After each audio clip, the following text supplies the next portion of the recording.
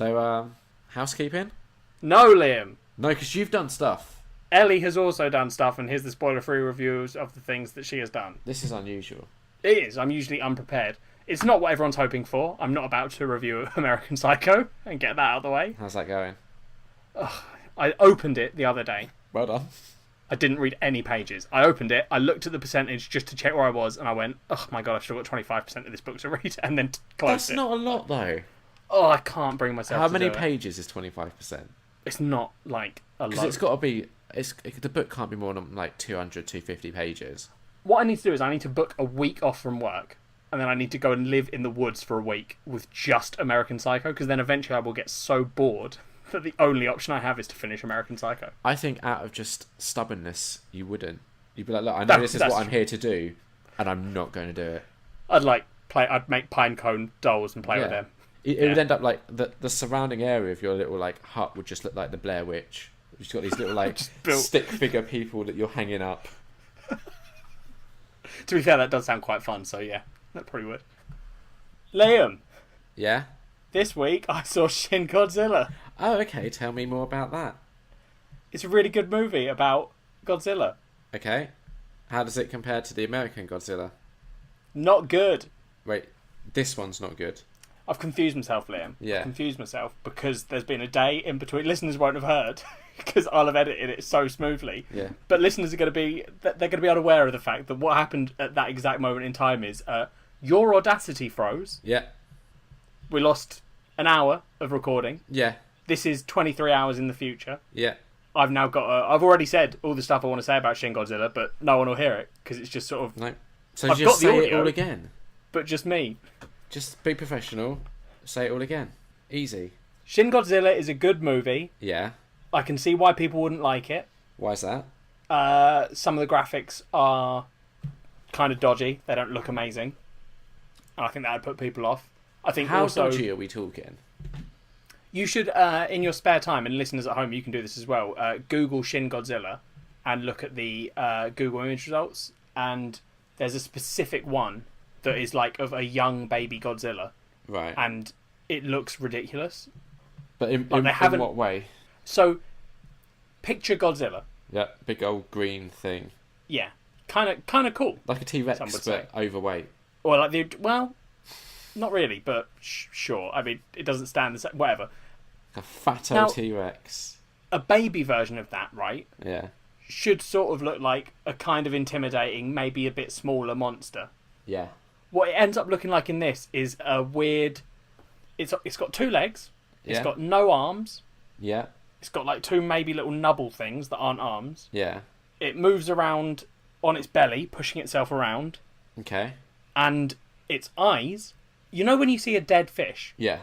And they're just sitting there, and both their eyes are looking in 2 different directions. Yeah. And they're just... It's got those eyes. Dead fish eyes. Big, wide, looking outwards eyes. Okay. And this was all CGI, was it? Yeah, all CGI, yeah. So, that bit, not ideal. No. Because I don't mind it. It's not going to ruin the film for me, but it was like a thing that I was like, oh, people that give a shit about CGI are going to come in here and be like, the fuck is this? Yeah, but I guess, right, we have... When you're like considering this, if for anything, the fact that the film is so good that you can overlook that sort of glaring issue is just kind of testament to how good the film is on a narrative level. No, the narrative is not. So why did you like the film then? Because I love Godzilla and kaiju movies. So you're just biased. Everyone's biased. No, but I mean like you're biased to this type of movie. Yeah. Yeah. That's so much like you're biased towards like coming of age stuff. Yeah. So that's kind of like I've always said. Like I love Pacific Rim. I need to see Pacific Rim 2. I can't believe I still haven't seen it. Yeah. But like I think Pacific Rim is a great movie because I went in being like I'm going to watch giant monsters fight giant robots and that's what I want. But I think when you're like reviewing something like that, it is important to include that bias in it. So when people are listening, they kind of know where you're coming from. Sure. Like thanks. If I do like a coming of age movie, I'm always like, oh right, so I bum these type of movies anyway. So I'm obviously gonna. I don't think that's a direct quote. I don't think I've ever heard you say that. Have you not? I don't think you've ever been to be this sort of reasonable ideal you have of yourself.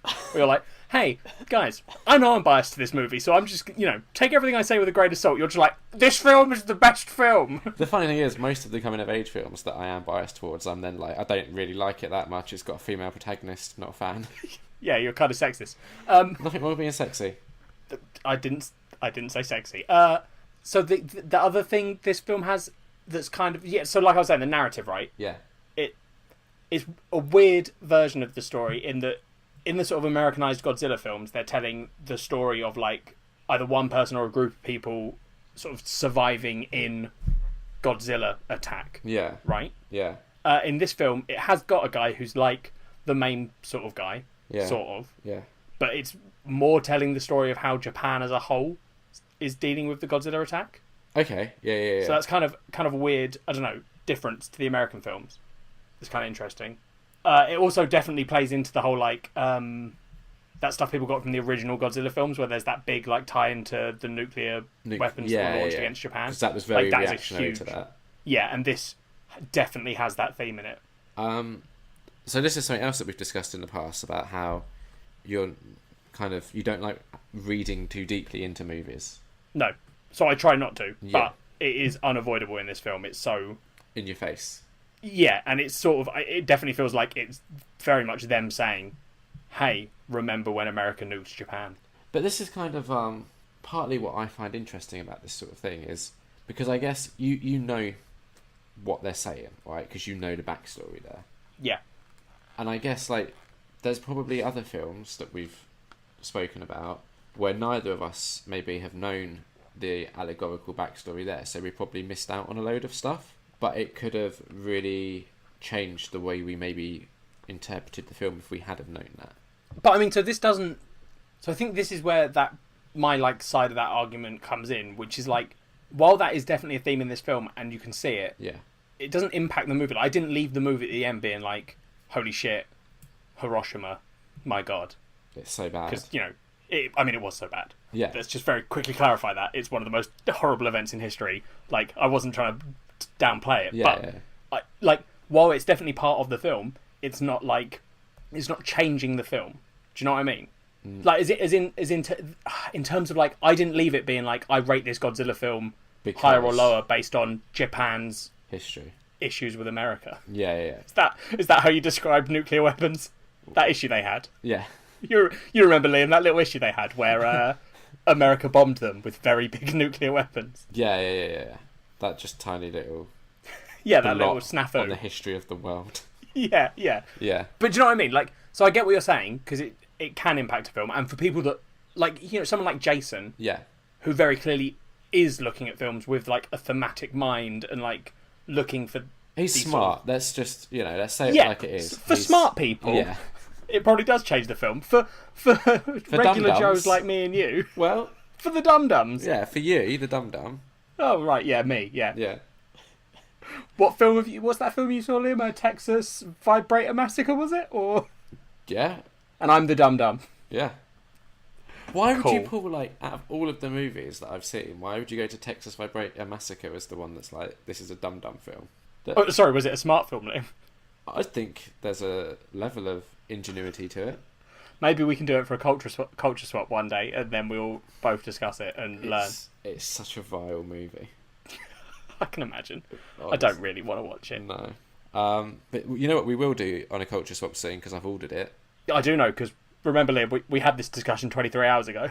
Have we already covered it? Yeah, you definitely told me. But was it in the recording that survived, or the recording that we lost?